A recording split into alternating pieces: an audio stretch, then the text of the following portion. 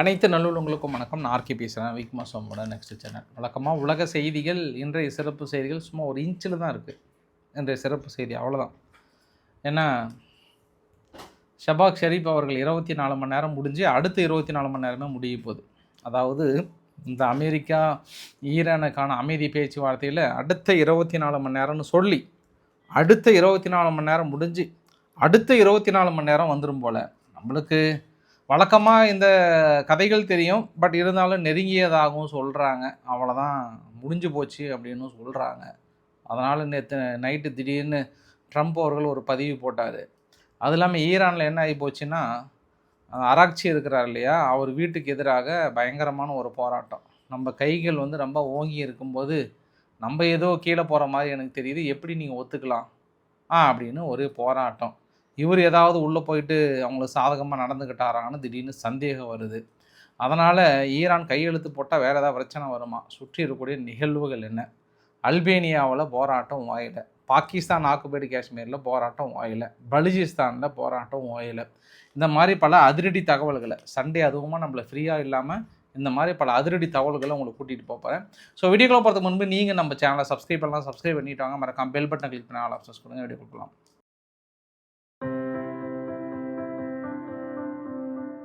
பிரதமர் மோடி அவர்கள் ஃப்ரான்ஸில் G7 மீட் கலந்துக்க போகிறார். அதில் ட்ரம்ப் அவர்களை சந்திக்க போகிறார். நேரடியாகவே தனது கண்டனங்களை பதிவு செய்ய போகிறாரா? இதுவரை பிரதமர் மோடி அவர்கள் எதுவுமே சொல்லாமல் இருக்கிறார்.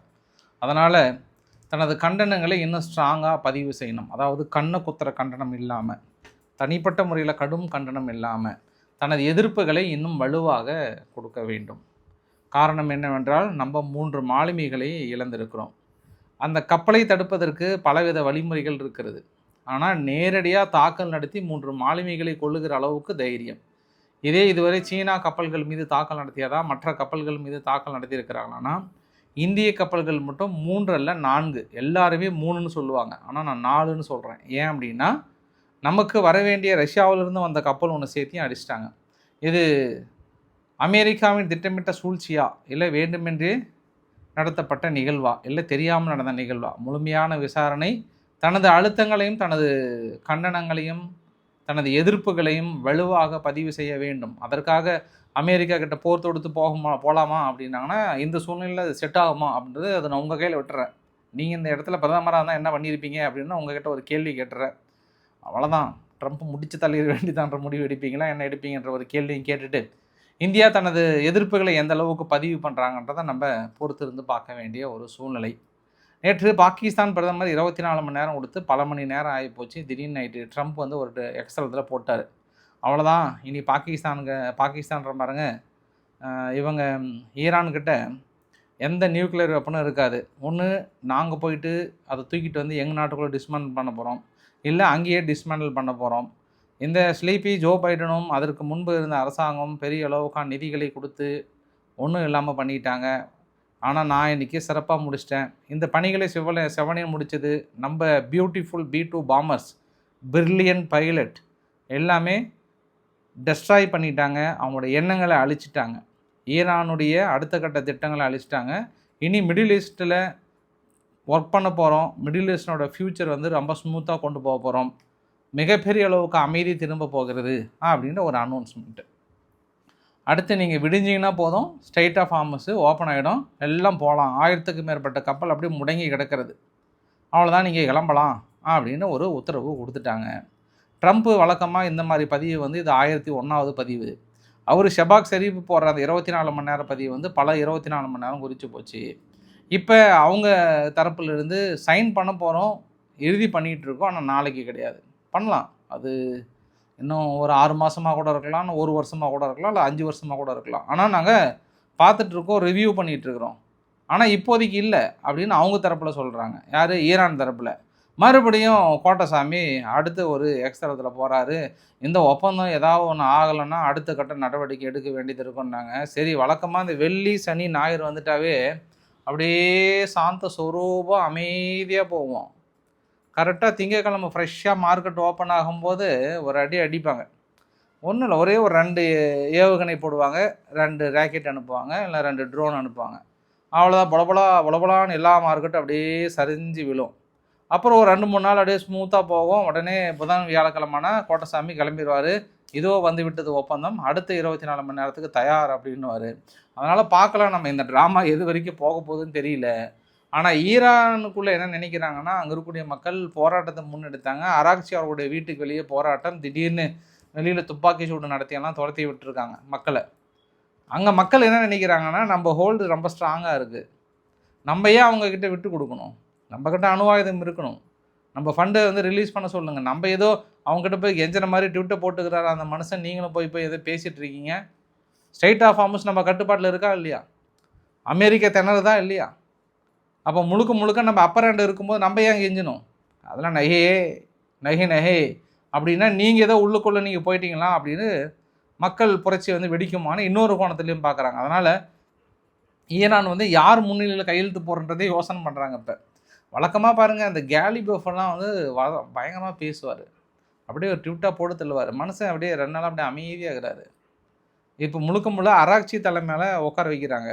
நாளைக்கு மக்கள் மத்தியில் எதிர்ப்பு போராட்டம் இதுக்கும் ஒத்துக்கலை அப்படின்னா அதுவும் பிரச்சனை ஆகிடும். ஏன்னா ஈரானுக்குள்ளே ஏற்கனவே நெருக்கடி அதிகமாகிடுச்சு, பொருளாதார விலையேற்றம் அதிகமாகிடுச்சு, நிறைய பெட்ரோல் பங்க்கில் டீசல் பெட்ரோல்லாம் கொஞ்சம் கிடைக்கலன்ற ஒரு இது. ஏன்னா ப்ரொடக்ஷன் யூனிட் என்ன ஆச்சுன்னா, அடுத்தடுத்து அவங்க காலி பண்ண தானே யூனிட்டை தொடங்க முடியும். அவங்க அப்படியே ஹோல்டு பண்ணதுனால என்னாச்சுன்னா, தன் சொந்த நாட்டுக்கு உற்பத்தி பண்ண முடியாத ஒரு சூழ்நிலை ஆகிப்போச்சு. இதெல்லாம் பார்க்கும்போது அவங்க முடிக்கணும்னு நினைக்கிறாங்க. பட் மக்கள் இல்லை நம்ம சைடு கரெக்டாகணும்னு நினைக்கிறாங்க. அதனால் திங்கக்கிழமை எதுவும் ஃப்ரெஷ்ஷாக ஆரம்பிச்சு விட்றாதீங்கப்பா, கொஞ்சம் நல்லா ஸ்மூத்தாக தான் போகுது அப்படின்னு சொல்லிவிட்டு, இருந்தாலும் இஸ்ரேல் என்ன பண்ணுறாங்க, இன்றைக்கி டயர்ன்ற ஜோனை மட்டும் ஒரு 7 பகுதிகளாக பிரித்து ஒரு தாக்குதலை நடத்தி ஹெஸ்புல்லா முதல் முறையாக இஸ்ரேலினுடைய ஒரு 10 மில்லியன் மதிப்புள்ள ஹெரான் ட்ரோன் ஒன்று சுட்டு வீழ்த்திட்டாங்க. அதற்கான வீடியோ பதிவுகளும், இன்னொரு வீடியோ பதிவு இஸ்ரேல் என்ன பண்ணிட்டாங்க, இஸ்ரேல் பாருங்கள், ஹெஸ்புல்லா என்ன பண்ணியிருக்காங்க, இஸ்ரேலை நோக்கி 2 ட்ரோன் தாக்குதல் நிகழ்த்தியிருக்காங்க. அது சக்ஸஸ் மாதிரி தான் தெரிஞ்சதுன்னு சொல்கிறாங்க. பெரிய ஒரு ட்ரோன் தாக்குதல், அவங்க ஒரு ட்ரோன் தாக்குதல் நடத்தினாவே 100 குண்டு போடுவாங்க யார், இஸ்ரேலு. இப்போ 2 ட்ரோன் தாக்குதல் நிகழ்த்திட்டாங்க. இன்றைக்கி என்ன நடக்க போதோ தெரியல. அந்த அளவுக்கான தாக்குதல், ஏற்கனவே 10 கிராமத்தை வெளியேற சொல்லியிருக்காங்க. அதனால் இஸ்ரேலினுடைய தாக்குதல் ஓயவில்லை. ஹெஸ்புல்லா பதிலுக்கு ராக்கெட் தாக்குதலிருந்து ட்ரோன் தாக்குதலை தீவிரப்படுத்தியிருக்கிறாங்க. கொஞ்சம் கூட அவங்க குறைக்கவே இல்லை. அதனால் அந்த பக்கம் வந்து பெரிய அளவுக்கான ஒரு கலவர சூழ்நிலையாகவும் இருக்குது. இது அங்கே இருக்கக்கூடிய ஒட்டுமொத்த சூழ்நிலையுமே கூட. அப்படியே நம்ம அங்கேருந்து கிளம்பி இஸ்ரேலோட விவகாரத்தை முடித்து இந்த பக்கம் வந்தோம் அப்படின்னா, பாகிஸ்தானில் மொத்தம் 3 இடத்துல பெரிய பிரச்சனை. ஒன்று வந்து பலுச்சிஸ்தானில் இராணுவம் ஒரு சில சந்தேகத்துக்குரிய நபர்களுடைய வீடுகள்லாம் கொளுத்துறாங்க, திடீர்னு துப்பாக்கி சூடு நடத்துகிறாங்க, ஒரு 3 பேர் இறந்து போகிறாங்க. பதிலுக்கு இவங்க அடித்த அடியில் ஏற்கனவே ஒரு 12 காவலில் இராணுவத்துறை அதிகாரிகள் இறந்து போயிட்டாங்க, ஆம்புலன்ஸ் மூலமாக அனுப்பி வச்சிட்டாங்க. மறுபடியும் என்ன பண்ணிட்டாங்க, அவங்க வெஹிக்கிள் வந்தது எல்லாத்தையும் பலுச்சிஸ்தான்லேருந்து எந்த ஒரு மினரல்ஸ் வெளியேறக்கூடாதுன்னு அது ஒரு தாக்குதலும். இந்த மாதிரி சுற்றி தாக்குதல் வந்து கடுமையாக இருக்குது. அதுவும் பலுச்சிஸ்தான் ஒரு பகுதியில் என்னாச்சுன்னா, இராணுவத்தையே துரத்த ஆரம்பிச்சிட்டாங்க. என்கிட்ட சிக்கனவனை பொழக்க போகிறோன்னு அப்படின்ட்டு ஃபுல்லாக அவங்கள வந்து துரத்த ஆரம்பிச்சிட்டாங்க. சரி, பலுச்சிஸ்தானில் பிரச்சனை அப்படின்னா ராவல்கோட்டில் வந்து அதை விட பெரிய ஒரு பிரச்சனையாக இருக்குது. துப்பாக்கி சூடு நடத்தியிருக்காங்க மறுபடியும். இங்கே தான் பிரச்சனையானா, பாகிஸ்தான் ஆக்குபைடு காஷ்மீர் இருக்கு இல்லையா, அங்கே அவங்க ஒரு 32 அம்ச கோரிக்கை வந்து கொஞ்சம் கூட குறையவே கிடையாது. 6வது நாட்களாக தொடர்ந்து அதிகமாகிட்டே இருக்குது. ஒரு சில இடத்துல மறுபடியும் துப்பாக்கி சூடு நடத்தப்பட்டதாக சொல்கிறாங்க. அதனால் பாகிஸ்தானில் ஓயவில்லை.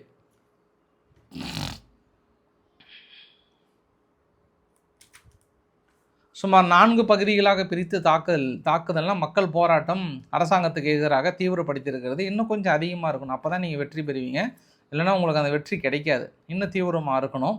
அந்த அளவுக்கு நகர்தா அப்படின்றத பொறுத்து இருந்து பார்க்கலாம். அப்படியே கொஞ்சம் தள்ளி இந்த பக்கம் வந்தோம் அப்படின்னா 2 விதமான வீடியோ பதிவுகள். ஒன்று, கியூவுக்குள்ளார அந்த லெப்பார்டு டேங்கெல்லாம் வந்து ரிப்பேர் பண்ணக்கூடிய ஒரு பெரிய ஒர்க் ஷாப் ஒன்று. ரஷ்யானுடைய ட்ரோன் உள்ளே வந்து பொறுமையாக வேடிக்கை பார்த்து இங்கே அடிக்கலாமா அங்கே அடிக்கலாமான்னு பொறுமையாக அடிக்கிறாங்க. இது ஒரு பதிவும். இன்னொரு பதிவு, இவங்க உக்ரைன் என்ன பண்ணுறாங்க, ரஷ்யாவுக்குள்ளார 2 எண்ணெய் கிடங்குகள், ரொம்ப ஒரு மிக அதிகமான ஒரு எண்ணெய் கிடங்குகள்னு சொல்லப்படுகிறது, சுத்திகரிப்பு நிலையங்கள். அது வந்து ரெபின்ஸ்க் அப்படின்ற ஒரு ப்ராவினன்ஸில் ஈஸ்டர்ன் ரஷ்யான்னு சொல்கிறாங்க. அந்த இடத்துல ஒரு ட்ரோன் தாக்குதல். ஸோ தாக்குதல்கள் குறையவே இல்லை. கூடிய விரைவில் உக்ரைனர் ஐரோப்பாவுக்குள்ளே இணைக்கிறதா ரொம்ப தீவிரமாக குசு குசுன்னு பேசிக்கிறாங்க. இன்னும் ஒரு 2030க்குள்ளே இணைப்பதற்கான வாய்ப்புகள் இருக்குது. அதனால் ரொம்ப தீவிரமாக போயிட்டுருக்கு. அதாவது உக்ரைனை ஐரோப்பாவுக்குள்ளே இணைத்தே தீரணும். இப்போ உக்ரைனை இணைக்கிறதுனால ஐரோப்பாவுக்கு சேஃப்டின்னு பார்க்குறாங்க. அந்த ரேஞ்சில் போயிட்டுருக்கு இல்லையா? அதனால் ரொம்ப தீவிரமாக போயிட்டுருக்கு. சரி, இந்த பக்கம் வந்து இந்த பெல்ஃபாஸ்ட் அகதிகளுக்கு எதிரான ஒரு போராட்டம் நடந்துச்சு இல்லையா? அது இன்னும் அப்படியே சின்ன சின்னதாக வெடிச்சு இப்போ என்ன வந்துருச்சு, யூகே முழுவதும் பரவி இருக்குது. நேற்று யூகேவிலும் போராட்டம், இன்று கூட போராட்டம். ஆனால் அமைதியான போராட்டம். அதாவது ரொம்ப ஒரு அடிக்கிறது உடைக்கிறது அது மாதிரிலாம் கிடையாது. யூகேவில் கொஞ்சம் சாஃப்டாக போராட்டம் பண்ணுறாங்க. பெல்ஃபாஸ்ட்டில் கொஞ்சம் ரக்கடாக வந்து போராட்டம் பண்ணாங்க. இங்கே அப்படி இல்லை, ரொம்ப அப்படியே சாஃப்டாக போராட்டம் பண்ணிகிட்டு இருந்தாங்க. அது ஒரு கூடுதல் தகவலாக பார்க்க முடிகிறது. இன்னொரு விஷயத்தையும் நான் சொல்லிடுறேன் நான். அப்புறம் அந்த அல்பேனியா வந்து ட்ரம்ப்போட பொண்ணும் அவரோட மருமகனும் ஒரு பெரிய ஒரு ஹோட்டல் ஒன்று எடுத்தாங்க இல்லையா? அதான் ஆளுகின்ற அரசாங்கம் கேன்சல் பண்ணிட்டாங்க. கேன்சல் பண்ணால் இந்த போராட்டம் குறைஞ்சிரும். ஏன்னா ஒரு 1400 ஏக்கர் வந்து கொடுத்தாங்க இல்லையா?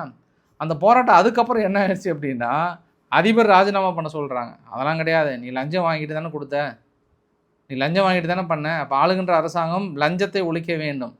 நீங்கள் வந்து என்னைக்கு நீங்கள் அவங்கக்கிட்ட ஒப்பந்தம் போட்டிங்களே, நீங்கள் ஆளுகின்ற அரசாங்கமே இருக்கக்கூடாதுன்னு அந்த சம்மந்தப்பட்ட கன்ஸ்ட்ரக்ஷன் பகுதிக்குள்ளே போயிட்டு அடித்து நொறுக்கிறது.